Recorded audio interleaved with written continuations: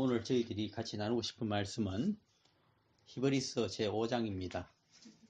신약 히브리서 제5장으로 가셔서 8절, 9절, 10절 석절 말씀만 보겠습니다. 히브리서 제5장 8절, 9절, 10절 석절 말씀입니다.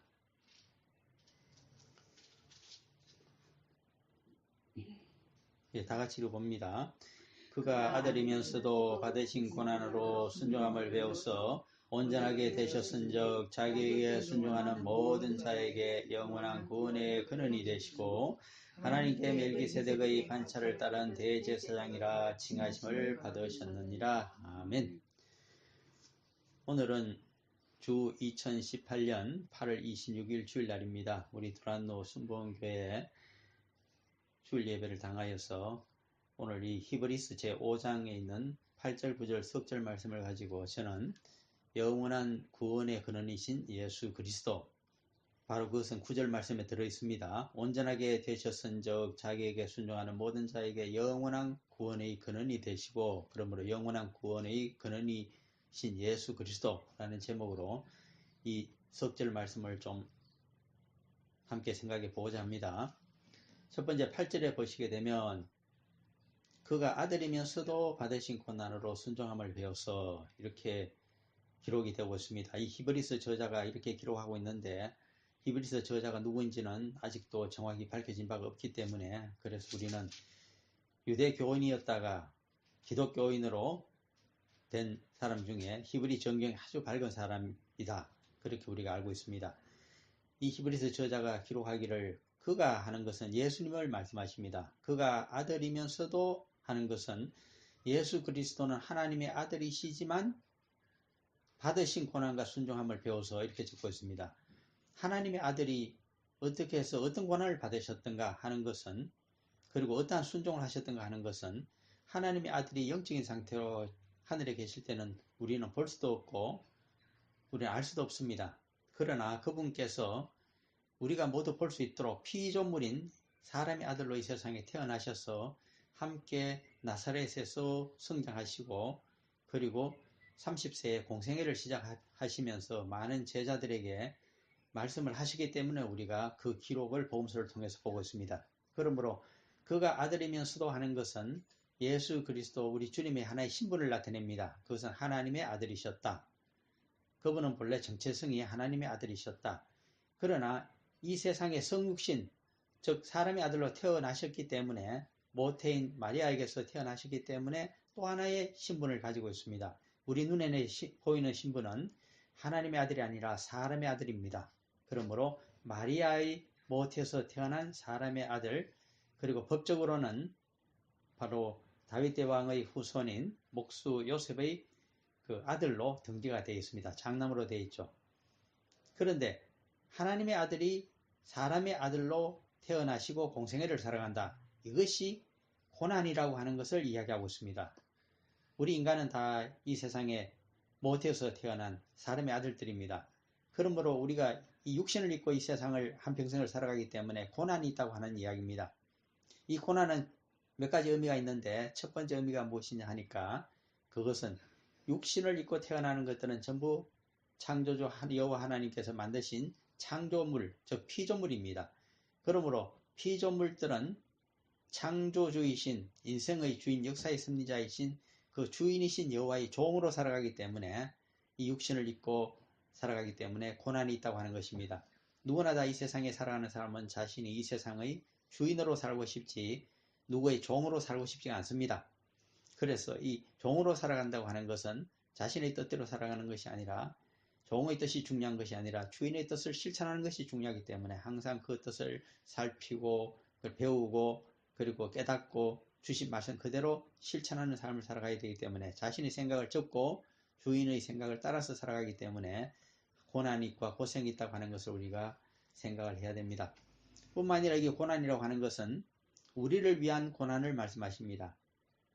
우리는 이 세상에 인생을 살기 위하여 오셨지만은 우리 예수님께서는 공생애를 사시고 보험사역을 하시기 위해서 처음으로 오신 분입니다. 그러므로 하나님의 말씀을 그대로 따라서 대속의 제물, 모든 사람을, 믿는 사람을 구원하기 위한 모든 유월절 어린 양으로 오셨기 때문에 그것이 바로 자신을 대속의 제물로 희생하는 것이기 때문에 바로 고난입니다. 우리가 패션 오브 크라이스트에서 볼 수 있듯이 이것이 엄청난 고난의 삶입니다. 그러한 것을 스스로 오셨다. 인간의 몸으로 오셔서 그것을 감당하기로 하셨다. 그것이 바로 첫 번째 8절에 나타나고 있는 고난 다음에 순종함을 배우시라는 말입니다. 순종함은 어디서부터 배우셨을까요? 바로 인간의 몸을 입고 오신 그 순간부터 그것은 아버지 하나님의 뜻에 순종하는 삶이 시작이 되었다는 것이고, 그리고 천한 인간들과 함께 공생애를 3년 6개월 사셨다는 것도 또 하나의 그분은 우리를 위한 사랑이시면서도 아버지 하나님에 대해서는 순종하는 삶이었습니다. 그리고 자신의 뜻이 아니라 요한복음에서 보게 되면 수없이 내 뜻대로 행하는 것이 아니라 아버지의 뜻대로 행한다 하는 것이 바로 순종함의 극치를 보여주고 있고, 십자가를 육신을 가진 인간으로서는 지고 싶지 않았지만은 그러나 아버지의 뜻이 만민구원과 영생구원이 있기 때문에 하나님의 아들이 제물이 되어서 자신을 희생하는 제사가 아니면 도저히 우리의 그 크나큰 죄를 회개하는 사람의 모든 죄를 다 속죄함 받을 수 있는 방법이 없기 때문에 그래서 거기에 순종하셨다. 겟세마네의 기도에서 우리가 볼 수가 있겠습니다. 그 다음에 9절로 넘어가게 되면 복음에 대해서 이렇게 이야기합니다. 온전하게 되셨은즉, 온전하게 되셨다는 말씀을 합니다. 누구의 믿음이 온전한 믿음이요 여호와 신앙이 온전한 것인가 하는 것은 우리가 창세기 17장 1절에 보면 되면 아브라함에게 주시는 여호와 하나님의 말씀 가운데 들어있습니다. 나는 전능한 하나님이라 너는 내 앞에서 행하여 완전하라고 했을 때 이 완전한 신앙생활을 하라. 그것은 바로 여호와 앞에서 하는 신앙생활이고 그것이 온전한 신앙생활입니다. 그 모범을 아브라함도 보였고 그리고 더 확실한 모범을 예수 그리스도께서 이 세상에 오셔서 인간의 육신을 입고서 보여주셨다. 그래서 완전한 믿음은, 온전한 믿음은 어디 가서 배워야 되느냐? 우리는 예수 그리스도의 교훈과 그 말씀대로 순종하여 실천하시는 그 삶 속에서 우리가 그 생애 가운데서 배워야 된다는 것을 알 수 있습니다. 그러므로 우리의 믿음은 누구를 배워야 되고 누구를 우리가 벤치마킹 해야 되는가? 바로 예수 그리스도를 벤치마킹 할 때 온전한 믿음으로 우리도 나아갈 수 있다 하는 것을 얘기해 줍니다. 그 다음에 자기에게 순종하는 모든 자에게 영원한 구원의 근원이 되시고 라고 이야기를 하고 있습니다. 자기에게 순종한다고 하는 것은 예수 그리스도에게 순종하는 모든 자라고 하는 뜻은 예수 그리스도의 제자로 살아가기를 원하는 모든 성도들을 얘기하고 있습니다.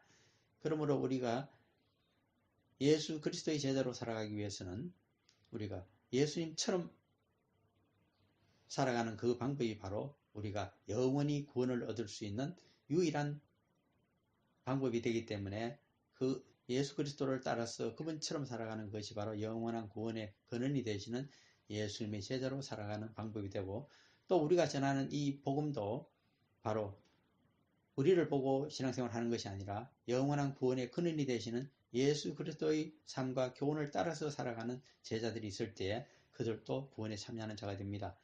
그러므로 오늘날 흔히 대형교회를 중심으로 하여 세습을 바라보고 또 사회화를 바라보면서 실망하는 사람들이 많습니다.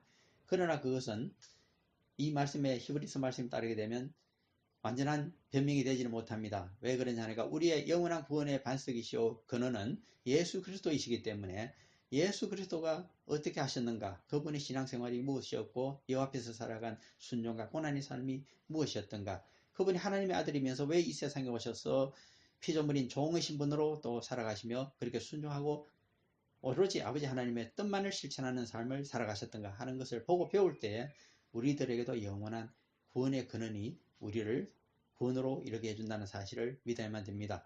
그러므로 삶을 바라보고 우리가 실망할 일은 아닙니다. 그것은 전부 핑계에 불과하다는 것을 알게 됩니다. 그리고 10절에 보게 되면 이런 말씀이 나타납니다. 하나님께 멜기세덱의 반차를 따른 대제사장이라 칭함을 받으셨느니라. 이것은 구원의 완성의 한 모습을 보여줍니다. 제사장은 두 가지가 있습니다. 성경상에. 하나는 히브리인들이 제사장 제도가 또 누가 제사장이 되는가에 대해서는 출애굽기 28장에서 이야기하고 있고 29장에 보게 되면 출애굽기에서 제사장의 위임제사에 대해서도 일주일간 위임제사를 또 기록해 놓고 있습니다. 바로 아론과 아론의 자녀들, 나중에 그 후손들이 제사장 그룹이 되고 있습니다. 예수님도 어머니 쪽, 모계 쪽을 따르게 되면 물론 아론의 자손인 마리아의 자식으로 아들로 태어났기 때문에 그분도 그러면 어머니 쪽을 따르게 된다면 아론의 후계자로서 레위인 제사장이 될 수 있는 것이 아닌가 그렇게 볼 수 있겠습니다만 그러나 어머니 쪽을 따르지 않습니다. 반드시 아버지 쪽을 따라서 제사장을 승계하도록 되어 있습니다. 그러므로 그것이 아니고 예수 그리스도께서는 그 근원을 알 수 없는 창세기 14장 이야기되면 하나님의 제사장으로만 기록이 되고 있는 살렘 왕 멜기세덱의 반차를 따라서 하나님 나라에서 그것도 멜기세덱은 제사장에 불과하지만은 예수 그리스도가 대속의 십자가를 지시고 3일 만에 무덤에서 부활하신 다음에 40일 후에 승천하셔서는 바로 천국으로 하나님 나라로 들어가셔서 하나님 보좌 오른쪽에 자리를 앉으시면서 하늘에 있는 그 성전에서 대제사장의 우리를 위한 모든 속죄의 제사를 완성하시는 대제사장으로 역할하고 계신다는 것을 우리에게 보여주고 있습니다. 그러면 우리는 이 땅에서 왕같은 제사장, 바로 대제사장의 예수님의 제자답게 살아가야 되는데 우리의 그러면 반차는 누구를 따라서 모델로 살아가는 것인가? 그것은 우리가 옛날 히브리에 있는 그러한 아론의 혈통적인 제사장의 직분을 우리가 맡아서 세습해 가는 것이 아닙니다. 우리는 하나님 나라에 있는 멜기세덱의 반차를 따라가신 우리 예수 그리스도의 또 반차를 따라서 그분처럼 우리가 믿음으로 이 제사장 신분을 승계해서 여호와 앞에서 살아가는 자들이기 때문에 형식적인 제사를 드린다거나 그리고 또 히브리의 율법에 따른 제사를 드리는 우리 인물들이 아닙니다. 우리는 여호와 앞에서 믿음 생활을 하면서 예수님처럼 멜기세덱의 반차를 따라서 모든 사람을 구원하여 1년간의 죄사함을 주는 그런 히브리 율법에 따른 그런 제사를 드리는 것이 아니라 예수 그리스도처럼 그 대속의 은혜를 모든 사람에게 복음으로 전하여서 모든 사람을 영원한 하나님 나라로 인도하여 영생에 함께 참여시키는 그러한 제사장의 노릇을 해야 되는 자들이 바로 우리라고 하는 사실을 이야기해 줄 수가 있습니다. 한 가지만 더 첨언하자면 요한복음 우리가 5장에 가서 27절을 보게 되면 인자됨으로 말미암아 심판하는 권세를 주셨다고 우리 예수님께서 한 가지 말씀을 해 주십니다. 그것은 바로 이 땅에 사람의 아들로 태어나셔서 공생애를 사시고 대속의 십자가를 지시기 때문에 이제는 우리들의 주님이 되시고 그리고 우리의 육신을 입고 신앙생활을 하는 우리들의 어려움을 너무나 잘 아시기 때문에 그 모든 것을 심판대 앞에서 아버지 하나님께 우리를 변호해 줄 수 있는 그러한 심판자이면서도 우리의 변호사가 되신다는 사실을 그렇게 표현해 주고 있는 줄 알고 있습니다.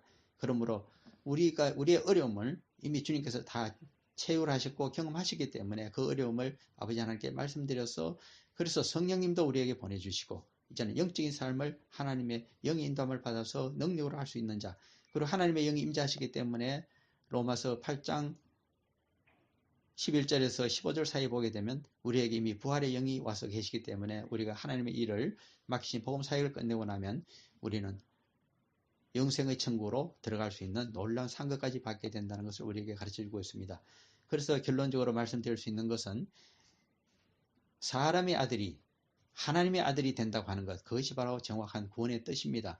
예수님이 이 세상에 육신을 입고 오셔서 사람의 아들로 살아가셨지만은 그러나 대속의 삶을 살아가셨고 그리고 아버지의 말씀만 순종하여 살아가는 복음 사역을 하셨기 때문에 이제는 이 육신을 벗고 영생의 몸을 입고 천국에 들어갈 때는 하나님의 아들로서의 영광을 회복하신 것처럼 사도 바울도 로마서 8장 15절에서 우리도 하나님의 양자의 영을 받아서 살아가는 당당한 하나님의 자녀요 우리가 하나님의 양자로서 우리가 하늘나라의 기업을 얻게 되는 영광에 참여한다고 이야기하고 있습니다.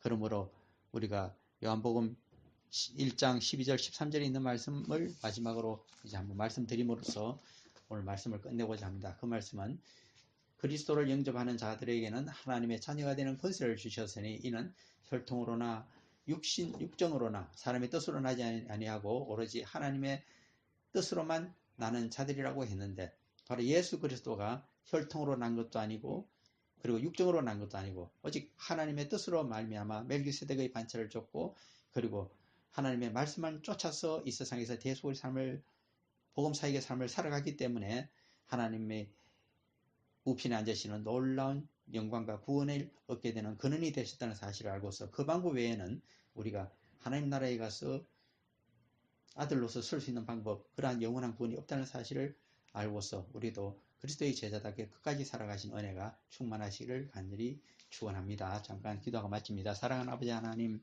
영원한 구원의 반석은 우리 주 예수 그리스도이신 것을 압니다. 하나님의 아들이지만 이 세상에 사람의 아들로 오셔서 참으로 피조물의 육신을 입었기 때문에 아버지 하나님을 주인이라 부르면서 순종하면서 고난 가운데 대속의 삶을 살아갔습니다. 그러한 삶을 우리가 배우고 익히고 그대로 살아갈 수 있는 제자가들이 다 되게 하여 주옵소서. 그래야 우리 주님께서 부활하셔서 얻은 하나님 아버지 우편에 있는 그 놀라운 보좌, 그 옆자리가 저희들의 자리들이 될 수 있는 하나님의 자녀로서 당당히 천국 입성하는 믿음 생활이 있게 하여 주옵소서. 혈통적으로 서민의 권리만을 주장한 것이 아니라 저희들이 먼저 저희들을 낮추고 순종하며 고난 가운데서도 천국을 바라보고 살아가는 성도들이 다 되게 하여 주옵소서. 그러한 믿음 생활 줄 줄 믿사오며 우리 주 예수 그리스도 이름으로 간절히 기도합니다. 아멘. 다 같이 주기도문으로 예배 마칩니다. 하늘에 계신 우리 아버지, 이름이 거룩히 여김을 받으시오며 나라의 임하옵시며 뜻이 하늘에서 이룬 것 같이 땅에서 이루어지이다. 오늘날 우리에게 양식을 주시옵고 우리가 우리에게 죄인 자를 사하여 준 것 같이 우리 죄를 사하여 주시옵고 우리를 시험에 들지 말게 하시오며 다만 악에서 구하옵소서. 대개 나라와 권세와 영광이 아버지께 영원히 사옵나이다. 아멘. 할렐루야.